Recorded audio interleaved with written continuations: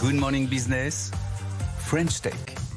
La French Tech ce matin, Anthony Morel est avec moi. On reçoit Florent Fournier, cofondateur et directeur général d'Eurasio. Bonjour. Bonjour Sandra, bonjour Anthony. Sur ce plateau. Vous nous redites ce que fait Eurassio, c'est l'intelligence artificielle appliquée à la vidéo. Exactement. Donc chez Eurasio, on développe des solutions qui permettent de détecter en temps réel ou a posteriori des situations dans des flux vidéo pour le secteur de la sécurité intérieure, les collectivités territoriales, les entreprises privées et enfin le secteur de la défense. C'est ce qui avait été testé notamment pendant les Jeux Olympiques. C'est ce qu'on appelle, il faut bien faire la différence, la surveillance algorithmique en opposition avec la reconnaissance faciale. Donc, je parle sous votre contrôle, mais surveillance algorithmique, c'est qu'on va être capable de détecter un certain nombre de situations suspectes, un colis abandonné, une personne qui a un comportement un petit peu bizarre, mais on n'est pas capable de l'identifier, c'est bien ça? Exactement. C'est-à-dire qu'aujourd'hui, les technologies, elles permettent de faire énormément de choses. Elles pourraient identifier une personne, mais du coup, il faut distinguer ce que la technologie est capable de faire de ce que le cadre légal permet. Donc nous, on développe des solutions, quand on les déploie chez un client, qui respectent le cadre légal qui s'impose à ce client. Et ce cadre légal, il est différent en fonction du pays, en fonction du type de client, un client militaire, un client, une entreprise privée et une collectivité territoriale. Ils n'ont pas le droit de faire la même chose, en tout cas sur la reconnaissance faciale. Aujourd'hui, au sein de l'Union européenne, il n'y a pas le droit de faire de la reconnaissance faciale. Aujourd'hui. Ouais. Est-ce que vous pouvez nous donner un exemple concret de ce que vous proposeriez et qu'on ne peut pas faire aujourd'hui, par exemple?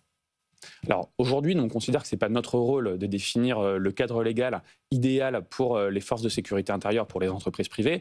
En tout cas, je peux vous donner des exemples de ce qu'on peut faire aujourd'hui pour, par exemple, des collectivités territoriales et des forces de sécurité intérieure.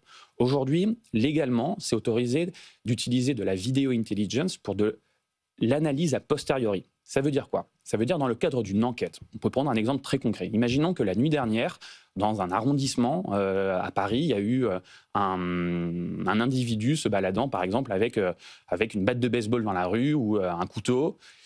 Si on veut retrouver, grâce aux caméras dans cet arrondissement, cet individu, on n'a pas le droit de faire de la reconnaissance faciale. Par contre, on peut faire de la recherche en disant cet individu, s'il portait par exemple un manteau gris et une casquette rouge, on peut faire ce type de recherche. Oui. Aujourd'hui, il y a peu de solutions d'un point de vue technologique qui permettent de faire ça, mais on pourrait. Donc, aujourd'hui, on a un cadre légal sur de l'a posteriori qui permet de faire pas mal de choses. Par contre, sur du live, on a le droit de faire assez peu de choses aujourd'hui. Il y a eu, durant les Jeux Olympiques, effectivement, il y a eu un cadre légal qui a permis de tester des choses, par exemple de tester, d'identifier en live un départ de feu, un colis abandonné, une chute de personnes, un mouvement de foule. Donc ce cadre légal, il a permis ces choses-là. Pour l'instant, ce cadre légal, il n'a pas été renouvelé. Donc il y a des discussions autour de qu'est-ce qu'on veut introduire demain dans la loi qui ne sera pas simplement en lien avec les Jeux Olympiques, mais il y a des discussions hyper intéressantes pour tous les acteurs de la sécurité intérieure notamment. Et l'étape d'après, alors même si vous ne prononcez pas, j'imagine à titre personnel, mais ce serait potentiellement la reconnaissance faciale. On voit que Gérald Darmanin a dit qu'il voulait lancer un groupe de travail et peut-être créer une sorte d'encadrement légal, parce qu'aujourd'hui, vous le rappeliez, c'est interdit, à part de rares expérimentations, notamment sous la houlette de la CNIL.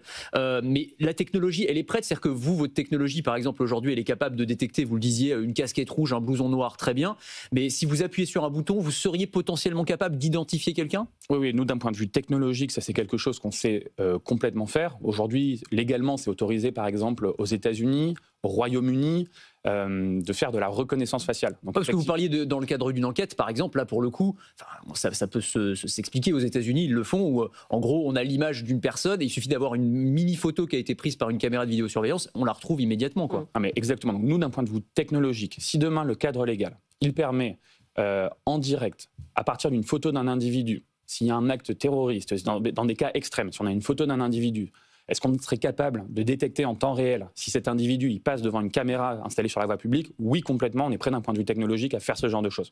Maintenant, ce n'est pas notre responsabilité, bien entendu, de faire évoluer ce cadre légal. Mais effectivement, il y a beaucoup de personnes en ce moment qui se posent ces questions-là, parce que c'est légitime. Toutes les personnes qui travaillent aujourd'hui sur des problématiques de sécurité intérieure, ils voient une valeur énorme de ce type de technologie. Vous avez levé 16 millions d'euros. Qui sont vos investisseurs et quelles sont vos priorités juste après?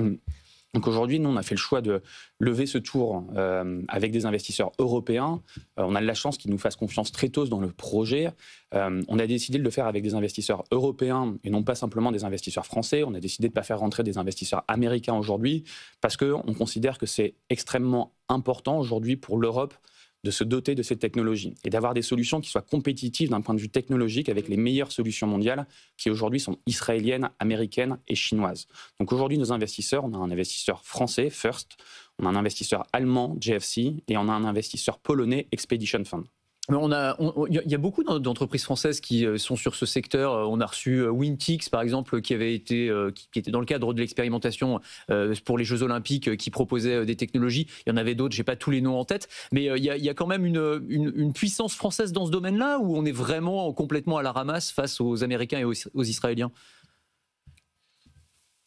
Alors aujourd'hui, il faut être lucide sur le fait que d'un point de vue technologique, les solutions françaises et européennes sont loin d'un point de vue technologique sur ces sujets des meilleures solutions mondiales. Et ça, c'est pas nous qui le disons, hein, c'est les utilisateurs de ces solutions, les forces de sécurité intérieure, les entreprises privées qui ont des caméras installées sur des ports, sur des entrepôts, etc. À quel niveau, sur quel point on est moins bon? En fait, d'un point de vue technologique, c'est facile de dire je suis capable de détecter, par exemple, un comportement, mais la réalité, c'est à quel point je suis précis, à quel point je ne vais pas avoir des faux positifs. Ça, on peut s'en rendre compte. Hein. Il y a les rapports qui sont sortis après l'expérimentation JO. Les solutions qui ont été testées, c'est des solutions françaises pour la majorité d'entre elles. Il y a encore extrêmement de faux positifs. Ouais. Okay. On peut, encore une fois, hein, il y a eu confondre des feux de voiture avec un départ de feu, confondre un objet abandonné avec une personne qui ne bouge pas. C'est encore des choses qui sont trop fréquentes.